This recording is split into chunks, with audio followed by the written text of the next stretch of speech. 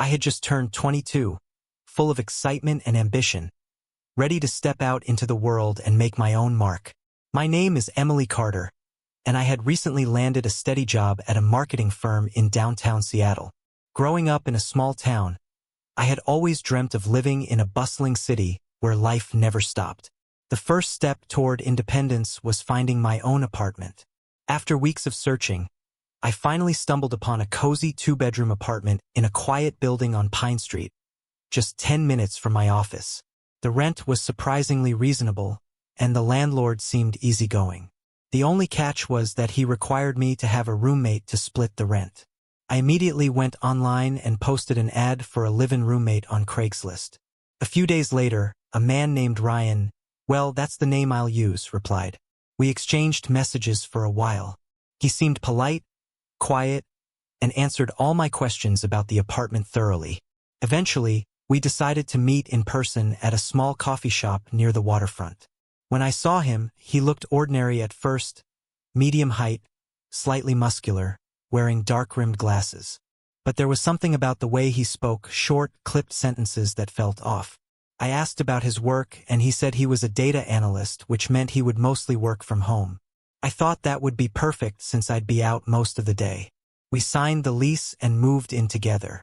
First, everything seemed normal. Ryan kept to himself, spent hours in his room, and rarely spoke. I noticed his keyboard clicking late into the night, and sometimes when I walked past his door, he would just stare straight ahead, almost as if he wasn't aware I was there. I tried to strike up casual conversations in the hallway, but he either nodded briefly or ignored me entirely. Still, he paid his share of the rent on time, kept his area tidy, and didn't throw parties. I thought, well, maybe this is okay. But then small things started to feel wrong. It began with my food.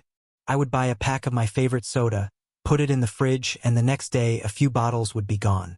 When I confronted Ryan, he said calmly, "I don't touch your stuff. I don't drink soda." I shrugged, convincing myself I must have forgotten I drank some or maybe shared with a friend. Then it wasn't just the soda. My sandwiches, grapes, and even small snacks began disappearing. One morning, I opened a new box of cereal, and it was already half empty. This time I couldn't ignore it. I went to his room and asked directly, "Ryan, have you been going through my food? Keeps disappearing." He looked at me blankly and said, "No one else has been here." That's when it hit me. I had never locked my bedroom door. Every little thing in my apartment suddenly felt exposed. Books were slightly out of place. My phone charger, which I always wrapped neatly, was unwrapped. One morning, my toothbrush felt damp, like someone else had used it. The real terror began when I started noticing him watching me. Sometimes, I would be sitting in the living room, reading or scrolling on my phone, and I would see him standing in the hallway, just staring. He never said a word. He would turn silently and retreat into his room when I noticed him. One night, I woke up to use the bathroom at 2 a.m., and when I walked past the living room, I saw him sitting on the couch, staring at the TV. But the TV was off, it only displayed static. He sat there, blinking slowly, motionless, like some creature from a nightmare. When he noticed me, he jumped slightly and whispered, "Sorry, I couldn't sleep," before retreating to his room. From that night on, I was constantly on edge. I bought a doorstop and began locking my bedroom door every time I left or returned. I started returning home at unpredictable times, making sure he didn't catch me off guard. My apartment, which was supposed to be my safe haven, felt like a cage. Then came the worst night. I had been out with friends, enjoying a few drinks, and returned around midnight. I unlocked the front door, stepped inside, and felt the heavy silence press against me. I kicked off my shoes and headed toward my bedroom. That's when I noticed a faint glow coming from under my door, accompanied by a soft, scratching sound. My heart dropped. Someone was in my room. It was Ryan. I froze, instinct screaming at me to run, but I felt rooted to the spot. I grabbed my car keys, ready to use them as a weapon if necessary. Slowly, I turned the doorknob and flipped on the light. My face went pale. There was Ryan, sitting cross-legged on my bed, my laptop open in front of him. He looked up at me with wide eyes behind his glasses and chuckled softly. "You're back early," he said casually. I pointed at my laptop and asked, "What are you doing in my room?" "I'm just cleaning it," he replied, almost like it was the most normal thing in the world. But I noticed he had no cleaning supplies, just a hammer and screwdriver lying beside him. My anger and fear boiled over. How could someone invade my space so completely and think it was okay? I demanded he leave immediately with his tools. Without a word, he closed my laptop, grabbed the hammer and screwdriver, and walked past me, shutting his door softly behind him. I stood there, shaking, heart racing, realizing that my apartment no longer felt like a home. Couldn't sleep that night. I packed a small bag, wedged the door closed, and stayed up, listening for any movement. The next morning, I called my friend Daniel, making up a story about a plumbing leak, and crashed at his apartment for a few days. When I finally returned, Ryan was supposedly in a remote work meeting. I took the chance, packed all my belongings, hired movers, and moved out. I paid a penalty to break the lease, but the relief of leaving outweighed the cost. I never saw Ryan again. I never received an explanation. Was he lonely, mentally unstable, or just dangerous? I'll never know. But the feeling of being watched, of someone violating your private space, of not feeling safe in your own home, it was the most terrifying experience of my life. Even now, whenever I think back to that apartment on Pine Street, I can feel the chill of his silent gaze, and I remember the shadowy figure sitting on my bed, fiddling with my belongings as if he owned my life. That night, I realized that danger doesn't always announce itself. Sometimes it sits quietly in the next room, waiting. The end. I had just turned 21, and moving to the city was the most exciting thing in my life. My name is Sarah Mitchell. I grew up in a small town in Oregon, where life was slow and quiet, and I always dreamed of living in a big city.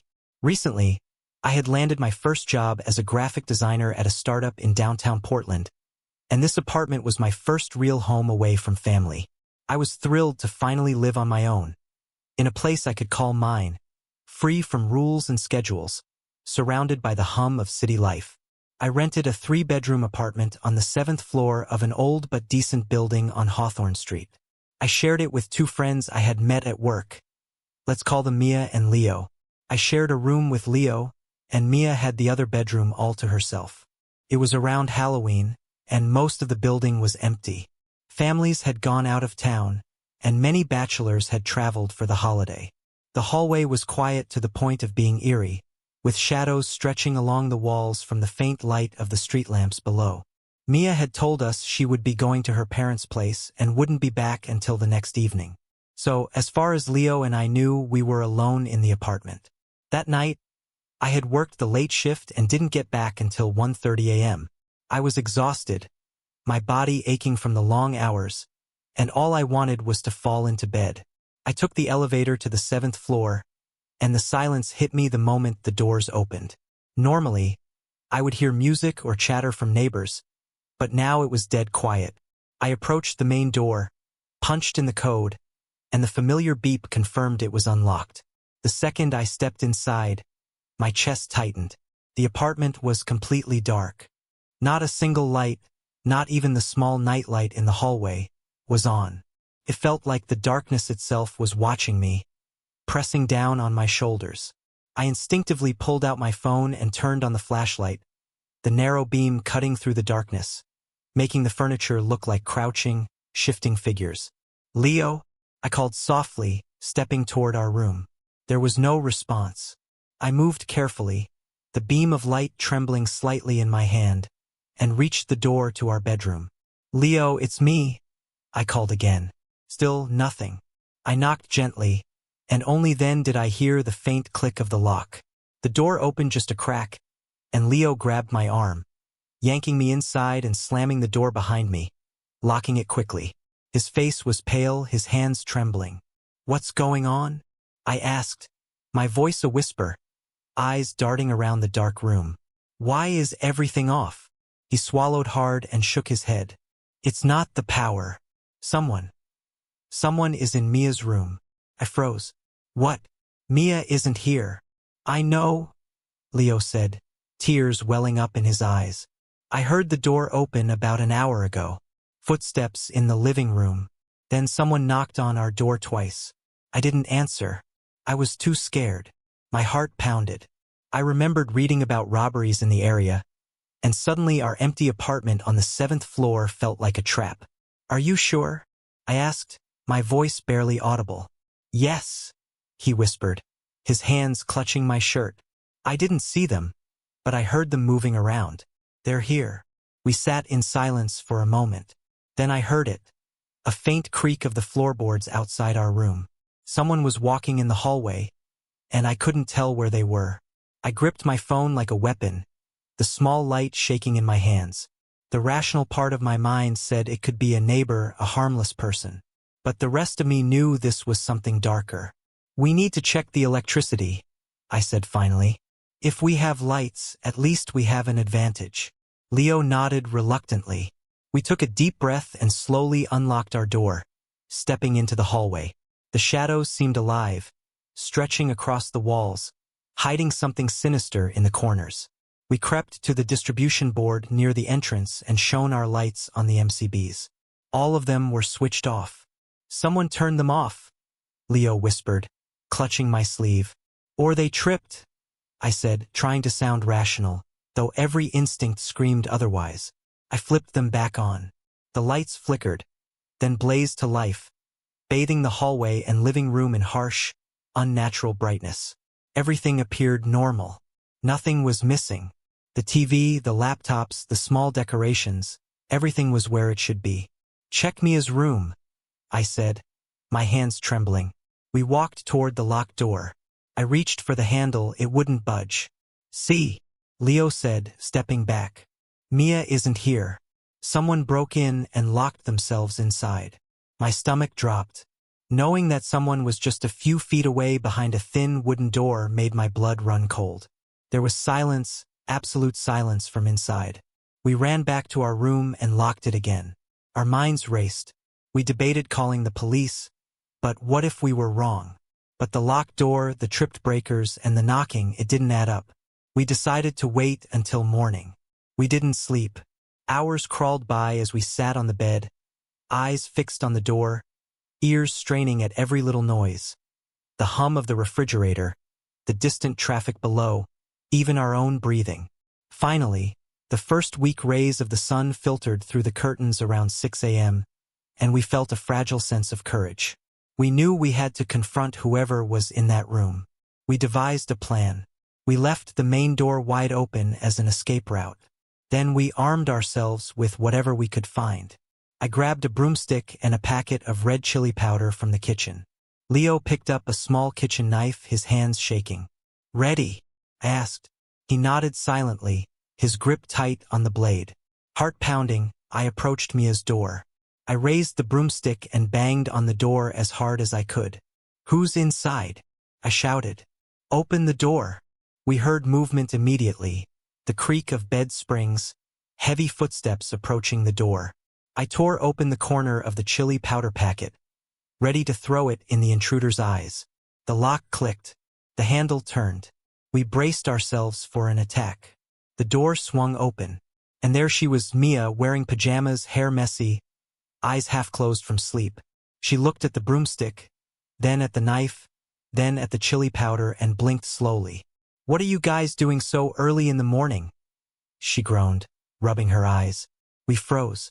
Alex, I stammered. Yeah, she yawned. I came back a day early. My phone died on the way, so I couldn't text you. I was super tired, so I just crashed. The lights? Leo asked. Oh, the iron was acting weird when I tried to use it. Sparked, and everything went dark. I didn't know how to fix the MCB, so I just went to sleep, she explained. And the knocking? I asked. I knocked on your door to tell you the power was out, but you didn't answer, so I figured you were asleep, she said, yawning again. We just stared at her. The relief was overwhelming, but so ridiculous. Hours of terror, heart racing, hands trembling, and it had all been a misunderstanding. Slowly, the broomstick dropped, the knife lowered, and the chili powder fell to the floor. We collapsed onto the bed, laughing until our stomachs hurt, the tension finally breaking. It was terrifying at the time, but looking back, it was almost funny. Two grown adults scared out of their minds by the darkness, shadows, and a simple misunderstanding. Even now, I remember the oppressive darkness, the way the shadows moved along the hallway walls, and the cold sweat that ran down my back. I'll never forget the fear of thinking someone was lurking just feet away, waiting to strike. That night, I learned how quickly fear can twist reality, how silence can make every sound terrifying, and how fragile our sense of safety really is. I had been married since I was 20, and I'm now 42. My name is Linda Harper, and I grew up in a small coastal town in Oregon. I had always been a nurturing person, a motherly type, and that nature shaped my life. I raised my children, helped my family, and now, with my husband, we had spent decades building a life together. We had faced financial struggles, the heartbreak of illness, the joys and chaos of raising children, but nothing had ever broken us, until she came into our lives. It was 6 years ago when my life almost ended, and my marriage came close to being destroyed. At the time, I worked at Cascade Financial, a small but reputable bank in Portland. I was 36 then, focused on my job, raising my 6-year-old granddaughter Emma, and managing the house. One day, a temporary employee joined our office. Her name was Emily. Funny, right? My name was Linda, but her name was close enough, and at first it made us laugh. She was about my age, maybe a few years younger, but it was obvious that life had been cruel to her. She looked exhausted, not just tired from work, but like every bit of hope had been drained from her. I learned quickly that she was living out of her car in the parking lot. She didn't get along with her adult daughter, had no friends or family nearby, and had absolutely no support system. My maternal instincts went into overdrive. I was raising my granddaughter, and the thought of someone being homeless while I had a large house with empty rooms tore at my heart. I invited her to rent one of our spare bedrooms. "Don't worry about rent for the first month," I told her. "Just get settled. Save some money. We'll figure it out later." I didn't see a threat. I saw someone who needed help, someone I could protect. That choice, that kindness, was my biggest mistake. The change in her was instant. Within a week of moving in, the woman I thought I knew, the quiet, desperate employee, vanished. In her place was someone unrecognizable. The nights became unbearable. Our house was large and sounds carried far. I would wake at 2 a.m., 3 a.m., or even 4 a.m. to hear the front door opening and closing. She would sneak out, sometimes returning minutes later, sometimes not until just before sunrise. She stomped up the stairs, slamming doors without a care. I confronted her once, asking why she was so noisy. She stared at me with wide, glassy eyes and whispered, "Just going for a walk." Later, I discovered it was drugs, hard drugs. The smell would seep from under her door, a chemical, burnt plastic scent that made me nauseous. Then she turned her attention to Emma. One Saturday, my granddaughter knocked on Emily's door, holding a tray of cookies we had just baked. The scream that came from her room was not human. A guttural, demonic roar that shook the walls. "Get away from me, you little brat," she yelled. I ran upstairs to find Emily standing in the doorway, hair wild, eyes blazing, shaking. Emma was crying, terrified. Emily caught sight of me and immediately forced a fake smile. "Just startled me.